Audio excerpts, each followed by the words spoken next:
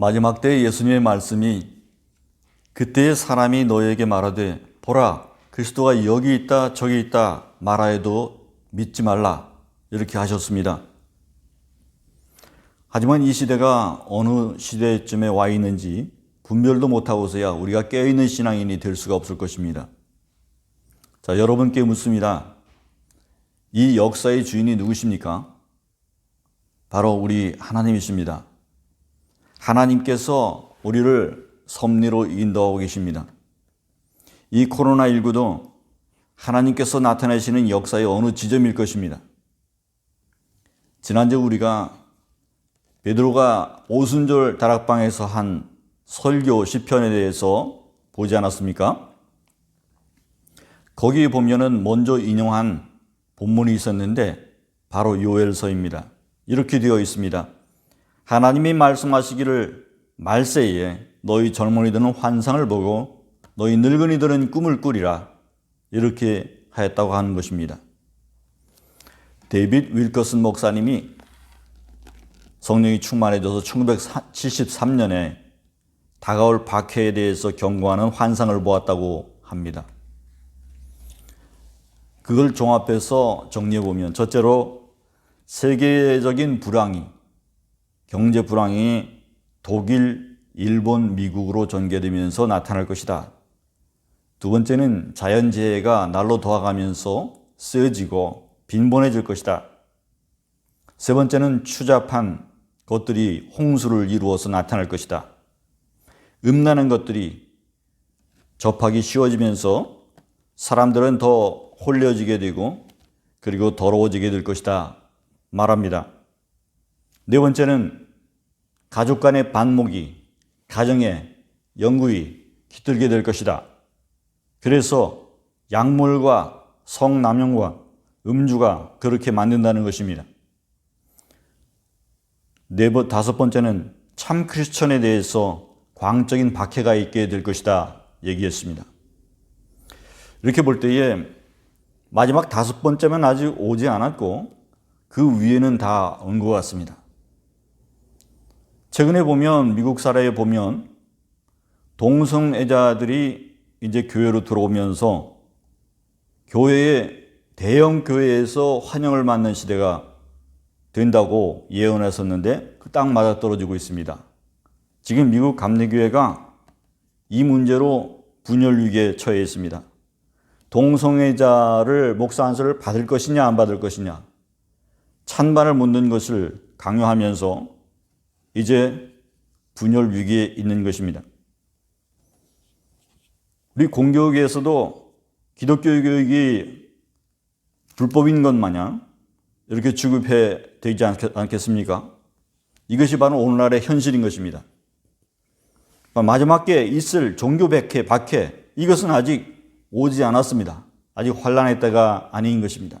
하지만 그러한 박해가 오는 앞으로의 그 이유에 대해서 우리가 알아야 할 것은 하나님께서 진실한 신앙인을 가려내기 위한 마지막 그런 리트머스 시험지인 것입니다. 자, 그러면 우리가 어느 시점에 와 있는지 대충 아시겠죠? 우리가 최근 신천지 사태를 보면서 모두 느꼈겠지만은 어떻게 그렇게 많은 사람들이 이단에 빠지게 되었을까? 우리 놀라지 않았습니까? 다수가 간다고, 교회가 크다고 우리가 구원에 가까운 것이 아닙니다. 우리의 신앙인들인 옳은 교회, 바른 신앙을 지키는 그 신앙인이 마지막 때의 박해 속에서 살아남아서 그때 급진적으로 함께 일어나게 될 것이다. 그것이 예언되어 있는 것입니다. 우리 중에 이 리트머스 시험지를 통과하면서 너는 옳다, 너는 참 크리스찬이다 라고 판명되는 그런 사람만 구원을 받게 되는 것입니다. 아시겠습니까? 어빈 빅스터가 오늘 우리 본문의 말씀인 에스겔서 28장 2절에서 9절 말씀에서 우리가 이 살아가는 이 시대가 어느 지점에 이르렀는지 바로 우리가 끝에 지점에 와 있지 않은 것인지 그렇게 말씀을 해 주었습니다. 거기에 보면 새 나라가 주동이 되어서 이스라엘과 대척하면서 나타날 것인데 바로 성서에 되어 있는 본문은 바사와 구스와 붓과 고멜과 그 모든 때와 북쪽 끝에 도갈마 족속이라고 되어 있습니다. 그러면 그것을 오늘 본문에 있는 것을 보겠습니다. 바사는 페르시아입니다. 이란은 1935년까지 페르시아라는 국호를 사용했습니다. 우리가 부르는 페르시아라는 말이 페르시아로 이란이라는 말입니다. 그러니까 2절입니다.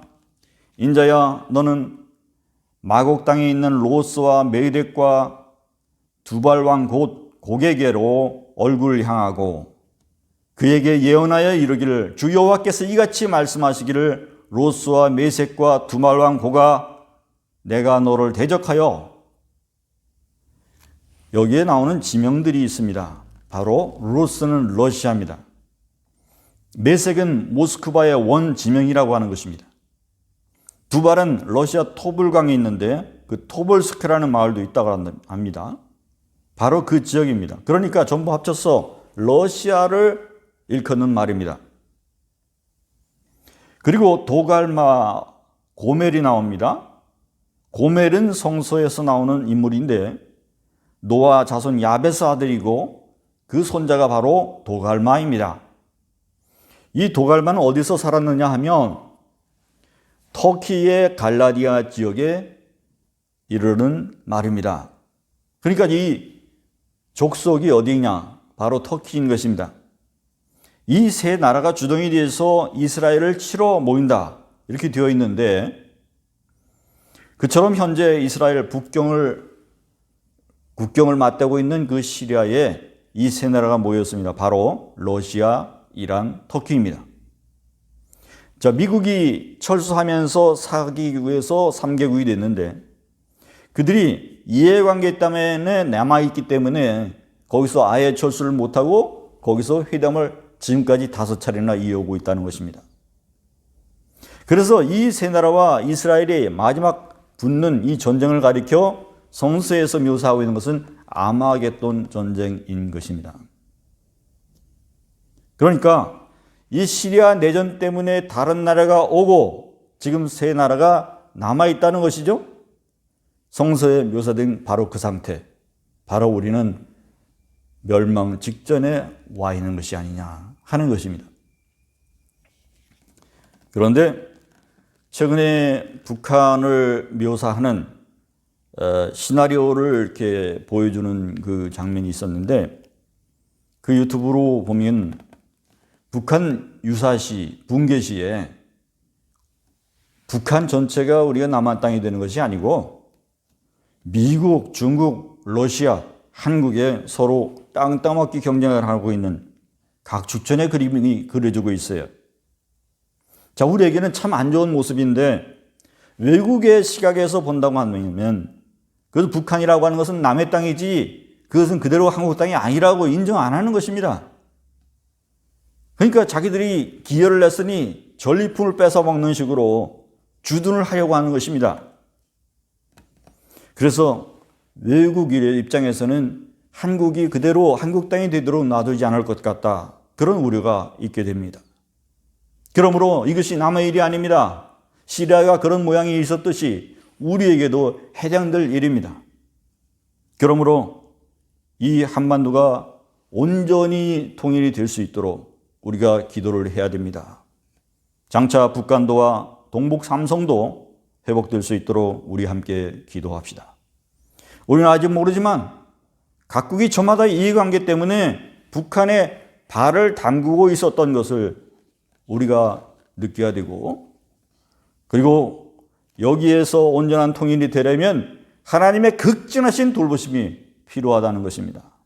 그러므로 이때는 우리가 함께 남북 통일을 위해서 기도해야 될다라고 하는 것입니다. 이렇게 앞서 이스라엘 주변 모습을 통해서 우리가 보게 될 때에 우리는 지금 마지막 때에 이르르고 있다 하는 것을 추측할 수가 있고 우리 성경 말씀대로 우리는 깨어 있어야 되겠다 여러분들에게 말씀을 드리는 것입니다. 자, 휴거는 예수님의 말씀 속에서 묘사되어 있었습니다. 누가복음 12장 40절에 그러므로 너희도 준비하고 깨어 있으라. 생각하지 않은 때에 인자가 오리라. 17장 34절에 내가 너희에게 이르노니 이 밤에 둘이 한자리에 누워서 있음에 하나는 데려감을 얻고 하나는 버려둠을 당할 것이요. 두 여자가 함께 맷돌을 갈고 있는데 하나는 데려감을 얻고 하나는 버려둠을 당할 것이다. 이 말씀을 하면서 그 앞절에 롯의 처를 기억하라 당부하셨습니다. 자, 롯의 처가 어떻게 하다가 소금기둥이 됐습니까? 갈 길 가야 되는데, 도망을 가야 되는데 가다가 꾸물거리면서 뒤를 돌아봤기 때문에. 그래서 소금기둥이 되었다는 것 아닙니까? 바로 그것이 우리에게 해당되는 비유라고 볼 수 있습니다. 우리에게 있어서 무엇이 필요한 것이 아닙니다. 우리는 앞만 보고 가는 신앙인인데 뒤를 돌아보거나 우리가 멈춰서는 안 된다고 하는 것입니다. 우리가 예로 이제 말세에는 이대로 신앙을 지키며 살다가 주님 만나는 것입니다. 여기에서 무엇을 더 하려고 하는 것은 이단이 하는 짓입니다. 거기에 현혹되면 안 되겠습니다. 우리는 깨어있는 신앙이 필요합니다. 아멘. 그래서 환난은 아직 안 왔는데 성경에서 환난을 피하는 자는 복이 있다 이렇게 말씀하고 있습니다. 환난의 때라고 해서 다 환난을 받는 것이 아니라고 하는 것을 우리가 먼저 알아야 됩니다. 성경 말씀 계시록에서도 말씀을 지켰으니 내가 또한 너를 지켜 시험의 때를 면케하리니, 시험의 때에 면한 자가 있게 된다고 하는 것이죠. 누가복음 21장에도 말씀합니다. 장차올 이 모든 일을 능히 피하고 인자 앞에 서도록 기도하라. 그러니까 환난을 피할 수 있다면 피하는 것이 좋지 않겠습니까? 여러분 코로나 걸리는 시대라고 해서 여러분들 다 걸려보면 좋겠어요? 피할 수 있으면 피하면 좋겠죠. 바로 그렇기 때문에 나에게서 이러한 시험을 면케 해달라고 기도하는 것이 필요하다. 주님도 그렇게 인정하셨습니다. 그러니까 여러분, 우리가 기도를 해야 됩니까? 아니면 기도를 안 해야 됩니까? 겪지 않아야 될 환난을 겪어야 됩니까? 말해야 됩니까? 여러분, 기도하시기 바랍니다. 바로 기도가 필요한 것입니다.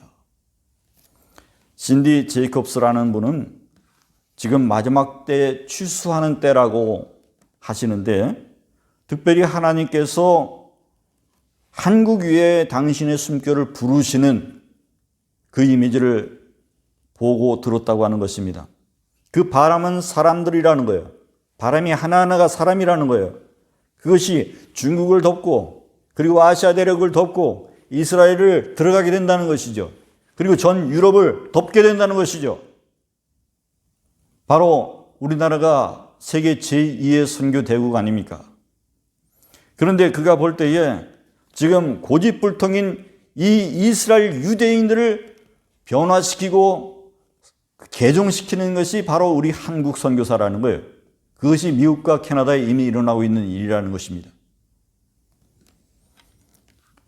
내가 선택한 유대의 나의 백성들을 위해 이 말을 선포하는 자들을 내가 찾고 있노라. 그렇게 말씀하셨다고 하는데 거기에 응답한 신앙인들이 바로 우리 한국 선교사라는 것입니다. 할렐루야. 내가 그래서 한국인들을 기름 부을 것이고 유대인들의 그러한 추수를 위해서 쓰게 될 것이다. 이렇게 예언을 해 주었습니다. 그리고 예언하기를 북한의 독재가 끝나고 한반도가 통일이 이루어질 것이고 한국은 영적 물리적인 축복을 받게 될 것이다. 할렐루야. 그래서 열국에서 가장 뛰어난 중심 국가가 될 것이다. 그렇게 예언했습니다. 할렐루야. 지금 코로나 사태만 보더라도 그것을 잘 극복하고 있는 나라가 어디겠습니까? 바로 우리 대한민국인 것입니다. 우리 대한민국이 먼저 매를 맞았기 때문에 우리 하나님이 우리에게 왜 이러시나 라고 생각했었는데 그것이 아니었습니다. 우리를 통해서 가장 뛰어난 나라, 뛰어난 민족으로 부각시키고 계십니다. 그래서 먼저 쓰임을 받기 위해서 우리의 역할을 주시기 위해서 하나님께서 코로나를 먼저 주신 것입니다. 할렐루야. 그런 뜻이 계셨군요. 하나님 감사합니다. 하나님 우리가 여기서 멈춰서는 안 되겠습니다. 이렇게 기도할 수 있기를 바랍니다. 이 남북통일의 뛰어난 예언이 바로 제대로 쓰임 받아서 이루어지기 위해서는 우리 남한 전체의 크리스찬들이 함께 한 목소리로 그것을 위해서 기도해야 될 줄로 믿습니다. 여러분 기도해야 됩니까? 안 해야 됩니까? 기도 안 해도 이루어집니까? 여러분 생각해 보십시오. 주둔할 수 있는 여지들이 너무나 많아 있어요. 그 가운데에서 우리가 온전한 통일을 이루려면 하나님의 극진한 보살핌이 있어야 된다니까요. 우리가 기도해야 될 바로 그 시점이라는 것입니다.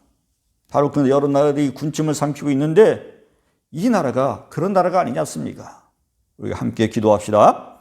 이 나라와 민족을 위해서 저 고통 속에서 해방을 기다리고 있는 우리 북한 지하 크리스찬들을 위해서 함께 한 목소리로 합심해서 기도할 수 있는 여러분들 다 될 수 있기를 바랍니다. 이르시기를 너희는 가만히 있어 내가 하나님 됨을 알지어다. 내가 문나라 중에서 높임을 받으리라. 내가 세계 중에서 높임을 받으리라 하시도다. 시편 46편 10절. 자, 여기에서 가만히 있으라고요? 여러분 어떻게 생각하십니까? 넉넉고 가만히 있는 것이 진짜 가만히 있는 것입니까? 아니죠. 너희는 두려워하지 말고 거기 서서, 출애굽기 14장 13절, 두려워하거나 초조하지 말라는 것입니다. 바로 우리가 위기의 순간이 오고 우리가 긴급한 시간이 오고 이게 환란이 오게 되면 우리 가만히 있는 것이 힘들어요. 왜? 믿음이 없으니 가만히 못 있겠거든요. 두려움 때문에. 그러니까 믿음이 없이 있는 상태에서 하는 행동 중에가 분주하는 거야. 그러므로 우리는 가만히 있으라라고 해서 가만히 있는 것을 생각하면 안 됩니다. 오히려 정반대로 첫째는 우리가 해야 할 것을 충실히 최선을 다하라는 뜻으로 받아들여야 합니다. 두 번째는 확신을 갖고 행해라는 것입니다. 자, 세 번째는 다른 무엇보다도 더 이상 필요하지 않습니다. 주님 한 분밖에 필요하지 않습니다. 라고 하는 자세로 생각에 가지고 하라는 것입니다. 하나님께서 여러분에게 주시는 각자의 사명들이 있습니다. 하나님께서 여기에 심령에 들려주시고 하는 말씀이 계십니다. 그 말씀을 부여잡고 열심히 기도할 수 있기를 바랍니다. 특별히 이 위기의 때에 하나님께서 주시는 마지막 환란 때가 아닙니까? 환란이 오고 있지 않습니까? 내가 살아 숨쉬는 영이 되게 하여 주옵소서. 그렇게 기도하시는 여러분들이 다 될 수 있기를 축원합니다. 우리 함께 기도합시다. 하나님 아버지, 시대가 저물어서 이제 자연과 환란과 재해가 너무나 쉽게 우리에게 다가오고 있습니다. 하지만 우리 크리스찬들의 환란이 아직 오지 않았습니다. 바로 이 즈음에서, 이 직전에 우리가 해야 될 일이 있습니다. 열심히 기도하는 것입니다. 하나님, 이 위기가 괜히 온 것이 아니라 우리 이 나라를 들어 쓰셔서 세계의 복음을 전파하도록 우리가 장자의 나라로 삼으시기 위해서 하나님의 놀라우신 섭리가 계시다는 것을 깨닫게 하여 주시옵소서. 하나님, 복음의 광풍이 이 한국에서 불어 닥쳐서 세계로 퍼질 것을 우리가 믿습니다. 코로나가 그 위기의 극복이 이 한국으로부터 극복이 되고 시작하는 것처럼 우리의 한국에서 하나님을 온전히 믿는 크리스찬들이 들고 일어나서 급진적으로 일어나서 세계를 뒤덮을 수 있도록 인도해 주시고, 여기 있는 우리의 젊은 청년들이 하나님의 그 말씀에 사로잡혀 새롭게 복음의 새 시대를 등장시키게 하여 주셔서 하나님, 우리 마음 속에서 하나님께서 주신 사명 감당할 수 있도록 하나님 우리에게 함께하여 주시고 능력을 부어주소서. 오순절 마가의 다락방에 베드로에게 그렇게 성령을 부어주신 것처럼 우리에게도 부어주셔서 젊은이들이 이 마지막 때 환상을 보게 하여 주시고 우리가 늙은이들은 꿈을 보는 시대가 되게 하여 주셔서 하나님의 온전의 뜻을 마지막까지 감당할 수 있는 나라가 되게 하여 주시옵소서. 우리가 코로나로 이렇게 멈춰서 있는 것 같지만 정말 멈춰서서 아무것도 하지 말라는 뜻이 아니라 우리가 부단히 열심히 노력해서 하나님께 영광 돌리라는 뜻으로 깨닫고 알고 노력하고 정진하게 도와주옵소서. 이 모든 말씀을 우리 주 예수 그리스도의 이름 받들어 간절히 기도 올렸습니다. 아멘.